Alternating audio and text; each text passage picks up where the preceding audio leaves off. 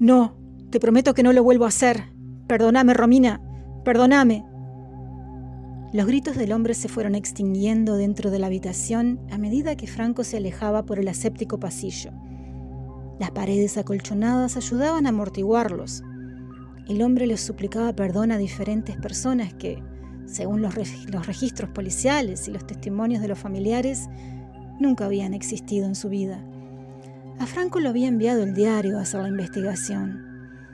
El Veredicto, el diario más prestigioso de la ciudad. Este hombre era el sexto que había sido ingresado en el psiquiátrico en las últimas 3 semanas. Todos tenían en común que había sido necesario ponerles un chaleco de fuerza para que no despedazaran al personal del centro con la fuerza descomunal que al momento de perder la razón surgió en ellos, que pedían perdón a personas inexistentes por hechos que nunca habían perpetrado y que sin excepción habían sido encontrados en pleno estado de locura en la mansión abandonada de Corrientes y Paraná. Buenos Aires no escatima en horror cuando de albergar leyendas urbanas se trata. La casa llevaba décadas abandonada y tanto aterrorizaba a los bonaerenses que ya ni los vándalos se acercaban a grafitearla. Como el prometedor periodista que era, Franco estaba lejos de conformarse con 6 historias que tan solo reunían un manojo de datos que no conducían a ninguna conclusión. Tener el quién, el qué, el dónde y el cuándo era algo que cualquier novato podía hacer. Ahora, identificar el porqué y convertirse en el que ostentara la primicia era un lujo reservado a unos pocos, y él no aspiraba a menos. Llevaba todo el día pensándolo, exactamente desde que había dejado el psiquiátrico, por 6ª vez en 3 semanas. Una notificación en el teléfono le hizo sacar los ojos del crepitante fuego. En el chat apareció Virginia. Solo la cubría una sutil lencería negra y roja, tal como a él le fascinaba, mientras que sus carnosos labios estaban pintados de ese color naranja que le permitía besarla hasta aburrirse, sin riesgo de mancharse, algo que no le gustaba en lo absoluto, el mancharse, claro, porque ni 1 milímetro se desprendía de su boca ardiente. Lo último que la foto mostraba eran unos ojos verdes, verde neón, perfectamente enmarcados por un antifaz que ocultaba la expresión que Franco ya adivinaba, por haberla visto tantas veces, tantas como para que le fuera imposible hastearse de ella. ¿Qué tenés que hacer esta noche? Era el texto que vibraba debajo de la foto como una catapulta a punto de lanzar su bala ganadora. Franco se levantó al instante.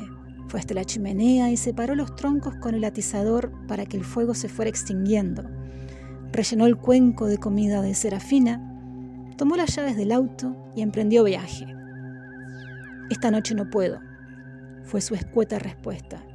Ya no volvió a abrir la aplicación para leer las réplicas que de a una fueron aterrizando debajo de su lapidario «No» a una noche con Virginia, tan intensa como solo ella sabía regalarle. Esta noche marcaría un antes y un después en su carrera. Iba a averiguar de una vez por todas qué era lo que estaba haciendo que todo aquel que entrara en la casa se volviera completamente loco.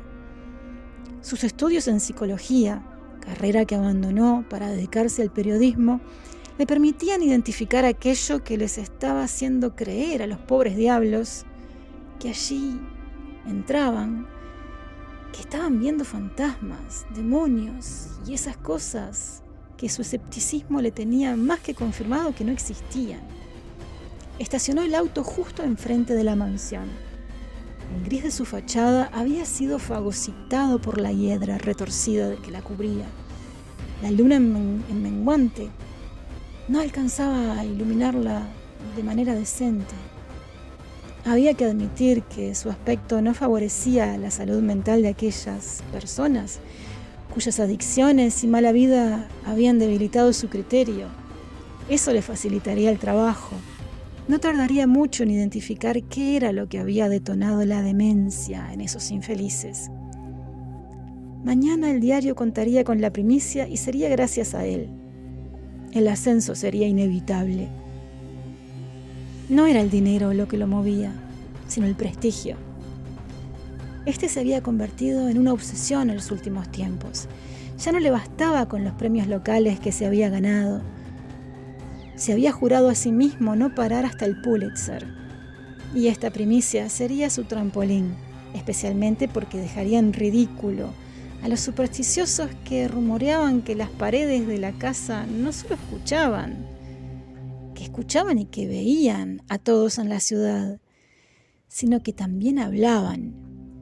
Mañana por la mañana, Buenos Aires entero sabría la verdadera causa de la locura de esos pobres desgraciados, y sería gracias a él. Todos esos youtubers y tiktokers conspiranoicos iban a tener que salir a pedir disculpas por los disparates que habían estado publicando durante las últimas semanas. Voces de ultratumba hacen perder la razón de vagabundos en Buenos Aires, y más titulares de este tipo estaban invadiendo YouTube. El prestigio por fin lo blindaría, y ya nada ni nadie podría tocarlo. Les demostraría a sus padres y a sus antiguos profesores del secundario que los burros eran ellos, que siempre habían sido ellos, y no él, como solían decirle. Bueno, para demostrárselo a su madre ya era tarde, pero podría hacerlo con su padre. Los hechos le darían la razón y pronto sería su nombre, el que acaparía las plataformas de creación de contenido y las redes sociales. Eso es lo que hace el prestigio. Ahora nadie podría evitarlo. Cavilando estos pensamientos había llegado a la puerta. Estaba tapiada. Nadie se había molestado en romper las maderas que impedían el paso hacia el interior de la mansión señorial, que antaño había sido el escenario de fiestas, reuniones, tertulias intelectuales y esas cosas que hacía la gente para divertirse un par de siglos atrás. Nadie se había molestado en romperlas porque las ventanas se fueron convirtiendo en agujeros negros hacia otra dimensión. Parecía mentira que la gente hubiera gastado más tiempo y esfuerzo en ultrajar tantas ventanas, incluidas las de la planta alta, en vez de haberse abierto paso a través del acceso más básico y elemental que una vivienda tiene. Era joven y atlético, así que penetrar en el interior de la mansión a través de una de sus ventanas le resultó un juego de niños. Se sorprendió de la temperatura que lo envolvió. Ni bien estuvo adentro, calculó que serían fácil unos 10 grados menos que la noche primaveral que hacía afuera. La madera podrida crujía al ritmo de sus pasos sigilosos, no por causa del miedo, sino de la meticulosidad que era parte intrínseca de cada una de sus células. Estaba determinado a descubrir la clave de toda esa locura, así que ir con cautela era imprescindible. De los techos pendían telarañas tan tupidas como matas silvestres. Los huecos que el tiempo había hecho en la pared estaban invadidos por la humedad y el moho, mientras que el aire, por muy gélido que estuviera, se iba haciendo cada vez más denso. Era como si una sustancia invisible intentara retenerlo en su lugar para impedirle avanzar. Tonterías. El aire no tiene pensamiento propio. Deben ser mis músculos cansados. Hace 3 semanas que no puedo dormir tranquilo por todo este asunto. Fue el pensamiento que Franco se obligó a hilvanar. Convencerse a sí mismo de que todo era cuestión de biología era su sello de fábrica. Unos pasos más, con mucha dificultad, y algo parecido a un susurro comenzó a danzar por el aire. Imposible. Era sugestión por todo lo que esta gente, que no tiene otra cosa que hacer más que perder el tiempo, ha estado diciendo por ahí. Decirse con convicción que solo se trataba de juegos mentales que su propio subconsciente le arrojaba para despistarlo fue el consuelo que necesitó para seguir adelante. La temperatura descendió más aún, o al menos eso fue lo que le pareció. El aire se hizo más espeso, o sería su desdichada mente otra vez. La madera comenzó a engullirlo ante cada paso que daba, como si quisiera atraerlo hacia abajo, hacia el interior, esta vez no de la casa, sino de la tierra misma. Los susurros fueron articulándose hasta cobrar forma. Sí, era la voz de su madre la que ahora escuchaba. Eran sus súplicas para que le alcanzara la botella de agua con azúcar. Eran los últimos sollozos que emitió antes de que él, Franco, el mejor hijo a ojos de todos, la observara con la mirada gélida antes de que el coma diabético le retorciera los músculos y le extinguiera la vida. No podía ser. Eso era algo que nadie sabía. En el informe médico se registró más que claro que sus desesperados intentos por hacerle tomar el líquido azucarado habían sido en vano. Claro, es que supo ocultar muy bien que había rociado los labios de la mujer que le diera la vida con el agua azucarada minutos después de que le fuera imposible beberla. Se las había ingeniado muy bien para abrir la ducha, empapar el baño para simular su desesperado intento de rescatarla de una de sus tantas crisis y de cubrirse de agua y de champú para que los forenses ni dudaran de su abnegación a la hora de intentar salvar a su madre de las fauces de la muerte. ¿Y ahora? ¿Qué era eso? ¿Silvia? Sí, Silvia. Las súplicas de su compañera del secundario rogándole que por favor la dejara, que no le arrancara la ropa, que por lo que más quisiera no la obligara. La misma Silvia que después de haber sido forzada a dejar que hiciera con su cuerpo lo que él le placía, fue encontrada muerta en el mismo baño del colegio en el que habían ocurrido los hechos. La muy perra había amenazado con denunciarlo. Irasi iba a perder los peldaños del prestigio que había subido a fuerza de noches enteras sin dormir para obtener las mejores calificaciones. No podía ser. Nadie en el mundo sabía eso. Silvia se había resbalado porque acababan de lavar el piso con demasiado detergente y justo su nuca impactó contra el inodoro. Fue fulminante. Al colegio le costó un juicio millonario y a él un par de pesadillas. Llegó a soñar que la policía llegaba a su casa. ¡Qué horror! Pero su inquietud no duró mucho. Pronto se recompuso y fue a la casa de su familia a darle el pésame. Un sudor frío comenzó a recorrer su espalda. ¿Por qué estaba escuchando esos susurros? ¿Por qué su pasado volvía como un boomerang demoledor justo en esos momentos? Debía salir de allí. Seguramente algo en la casa había detonado sus recuerdos enterrados. Tenía que huir lo antes posible. Ya volvería mañana. Pero su decisión de salir de allí era algo en lo que la casa no estaba de acuerdo. Ni bien comenzó a volver sobre sus pasos, las ventanas, que hasta ese momento habían permanecido abiertas, desprovistas de sus marcos, se sellaron como una tumba. En su desesperación empezó a avanzar hacia la salida, cada vez con mayor dificultad para moverse, pero la puerta se desdibujó y un entramado de pasillos sin fin se extendió frente a él. Eligió uno, el de la derecha, pero solo lo condujo hacia otro ramal de pasillos. Estaba en medio de un laberinto, y los sollozos de su madre y las súplicas de Silvia lo acompañaban mientras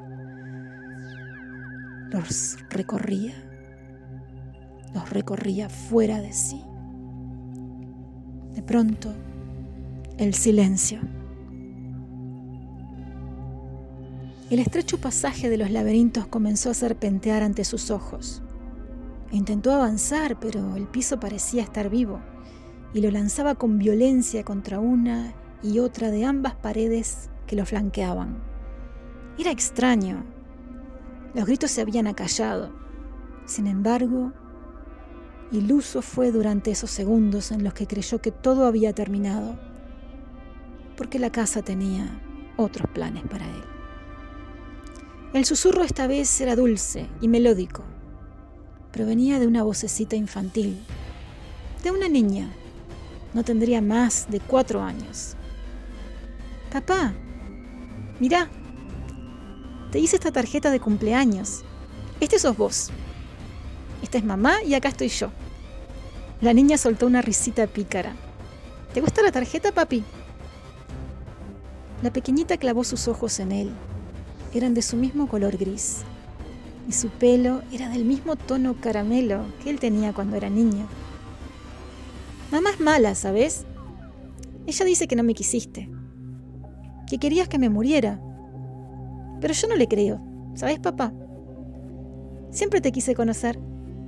Y ahora que estás acá conmigo, te voy a hacer una tarjeta de cumpleaños todos los años. La niña le lanzó sus bracitos al cuello y lo rodeó. Las lágrimas de Franco cayeron como un cuerpo que se lanza al vacío mientras esa chiquitita, igual a él, le llenaba las mejillas de besos. Lucía, ¿dónde estabas? Te dije que no hablaras con extraños, dijo una mujer que interrumpió e irrumpió en la escena desde un pasillo del laberinto. ¿Laura? Preguntó Franco sin dar crédito a sus ojos. Mami, es que él no es un extraño, es papá. Por fin lo encontré. Él es más peligroso que cualquier otro extraño. Es el más peligroso de los extraños, sentenció la mujer. Laura, por favor, ¿qué decís? Laura, ella no es nadie, Franco. Como todos para vos. Como tu madre, como Silvia, como yo. No somos nadie. Vení, Lucía, vámonos. Él no te quiere. Nunca te quiso. Laura, no. Por favor, déjame que la abrace, Laura. Laura, es mi hija, Laura. Mientras la mujer y la niña se extinguían en la sinuosidad del laberinto, los gritos de Franco se iban haciendo cada vez más altos, más penetrantes, más invasivos. La policía llegó a eso de las 6 de la mañana. Estaba empezando a amanecer y muchas cosas empezaban a suceder en Buenos Aires. Una mujer en lencería negra y roja despertaba sola en una cama para dos. Una gata terminaba de comerse las últimas grajeas de ración y unos carbones encendidos finalmente se convertían en cenizas perpetuas. Los vecinos denunciaron la presencia de un demente que se había pasado la noche entera gritando. Suplicaba perdón, gritaba mamá, Silvia, por favor Laura, y es mi hija. Hicieron todo lo posible por evitarlo, pero al cabo de una semana no les quedó otra opción que enchalecarlo. El hombre había agredido a varios miembros del personal y fueron necesarias 6 personas para neutralizarlo. La fuerza que tenía era simplemente de otro mundo. Los atacaba porque quería escaparse, afirmaba a voz en grito que tenía una hija esperando por él y una esposa llamada Laura. No se encontró ningún registro de ellas en su vida. A nadie se le hubiera ocurrido pensar que estaba hablando de Laura Lafourcade, la mujer embarazada que se había lanzado con su auto al vacío desde un acantilado 5 años atrás. En definitiva, no tenía ninguna hija llamada Lucía. Pobre hombre, le comentó una enfermera del psiquiátrico a una de sus colegas. De todos los que llegaron en estas últimas semanas, es el más trastornado. Fíjate que dice que mató a su madre y que forzó a una compañera del secundario a... Bueno, vos ya sabés a qué. Como si fuera tan fácil hacer esas cosas y salir invicto. Está bien que la policía de Buenos Aires no es el FBI, pero tampoco comen vidrio. Una locura total, respondió su colega. Qué pena. Mirá que era un periodista de los buenos. Siempre pensé que se iba a ganar un Pulitzer. No digas. ¿Y en dónde trabajaba? En El Veredicto. No digas. Es en donde empezó a trabajar mi esposo ayer. Lo contrataron de urgencia porque quedó vacante el puesto del mejor periodista de la redacción. Incluso algunos le comentaron que era el mejor de todo el país. Y parece que vas a andar rápido, porque el que entró a sustituirlo, porque ese que entró a sustituir, lo estaban por nombrar jefe de redacción. Las vueltas que da la vida, concluyó su colega al escuchar la historia e hilvanar los hechos. Y vueltas de laberintos desenfrenados fueron las que Franco quedó condenado a ver por el resto de su vida, o de la eternidad, quién sabe. porque llegó un momento en el que en su mente se fusionaron ambas y ya no supo distinguir a la una de la otra.